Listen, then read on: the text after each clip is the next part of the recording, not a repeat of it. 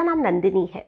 मेरे channel YouTube सहेली में आप सभी का बहुत बहुत स्वागत है। आज हम बात करने वाले हैं कि जब कोई भी महिला गर्भवती होती है तो जो शुरुआती 3 महीने होते हैं उसमें उसे क्या नहीं खाना चाहिए, क्योंकि कुछ ऐसी चीज़ें भी होती है जिसे कि अगर प्रेगनेंसी के शुरुआती 3 महीनों में उसे खा लिया जाता है तो इससे मिसकैरेज का जो खतरा होता है वो बहुत ज़्यादा बढ़ जाता है। और शुरुआती जो 3 महीने होते हैं उसी में महिला का मिसकैरेज होने का खतरा बहुत ज़्यादा होता है। हर औरत चाहती है कि वो माँ बने, क्योंकि एक औरत के लिए माँ बनना जितना अच्छा या जितना सुखद एहसास होता है उतना शायद दूसरा कोई भी नहीं होता है। लेकिन ऐसी बहुत सी महिलाएं होती हैं जिनके बच्चा जो होता है उसका मिसकैरेज हो जाता है और वो रोकर रह जाती है, दुखी होकर रह जाती है।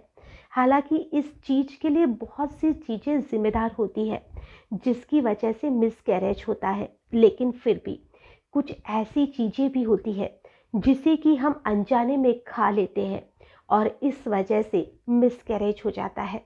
तो आइए हम उन चीज़ों की बात करते हैं कि आपको कौन सी चीज़ें नहीं खानी चाहिए।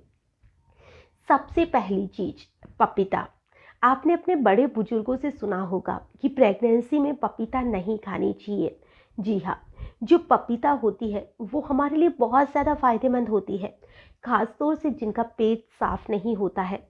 अगर वो रात को सोने से पहले पपीता खाते हैं तो उनकी पेट से जुड़ी बहुत सी समस्याएं खुद ब खुद खत्म होने लग जाती है। लेकिन जो पपीता होती है, खासतौर से कच्चा पपीता, उसे अगर प्रेगनेंसी में खाया जाता है तो ये बहुत ही ज़्यादा नुकसान पहुंचाती है और ये मिसकैरेज का जो खतरा होता है उसे बहुत ज़्यादा बढ़ा देती है। दूसरी चीज़ जो होती है वो होती है अनानास। जो अनानास होती है उससे भी अगर हम प्रेगनेंसी के शुरुआती 3 महीनों में खाते हैं तो मिसकैरेज का जो खतरा होता है वो बहुत ज़्यादा बढ़ जाता है। तो आप ना ही तो अनानास को खाएं और ना ही अनानास का जूस पिए। तीसरी चीज़, अंडा। अंडे में ऐसे बहुत से पोषक तत्व पाए जाते हैं जो कि हमारे शरीर को बहुत फ़ायदा पहुंचाते हैं और लोग अंडे को बहुत ही शौक से खाते भी हैं।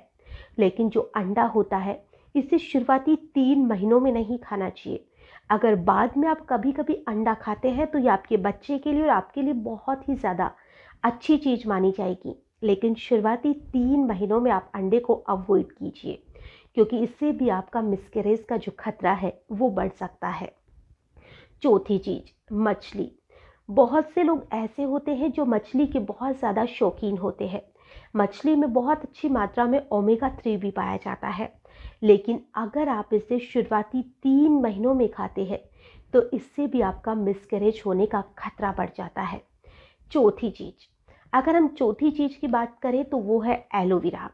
एलोवेरा के बारे में हम सभी जानते हैं कि एलोवेरा चाहे तो स्किन हो, चाहे तो बाल हो, चाहे तो हमारे पेट से जुड़ी समस्याएं हो, चाहे तो शरीर के किसी भी अंग में दर्द का होना हो, इसमें एलोवेरा को खाना या एलोवेरा का जूस पीना बहुत फ़ायदेमंद होता है।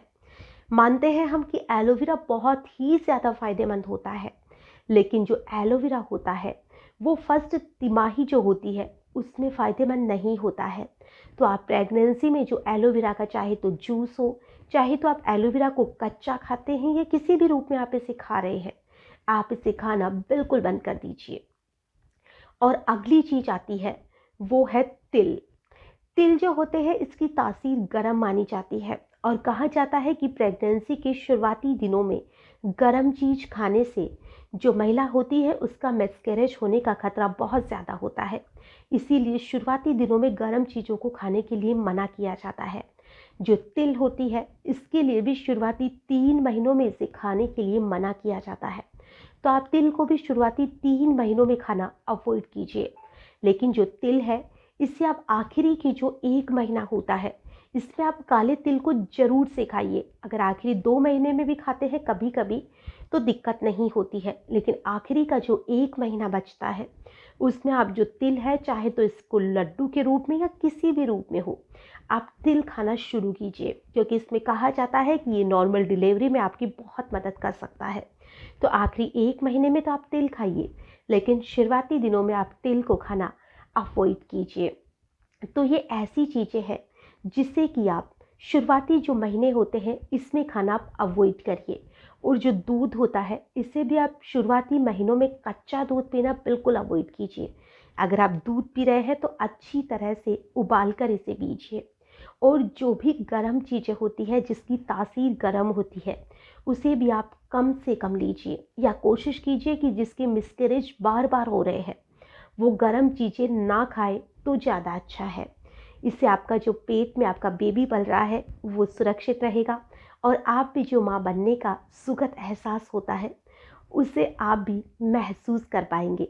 आपको हमारा वीडियो कैसा लगे हमें कमेंट में ज़रूर बताइएगा।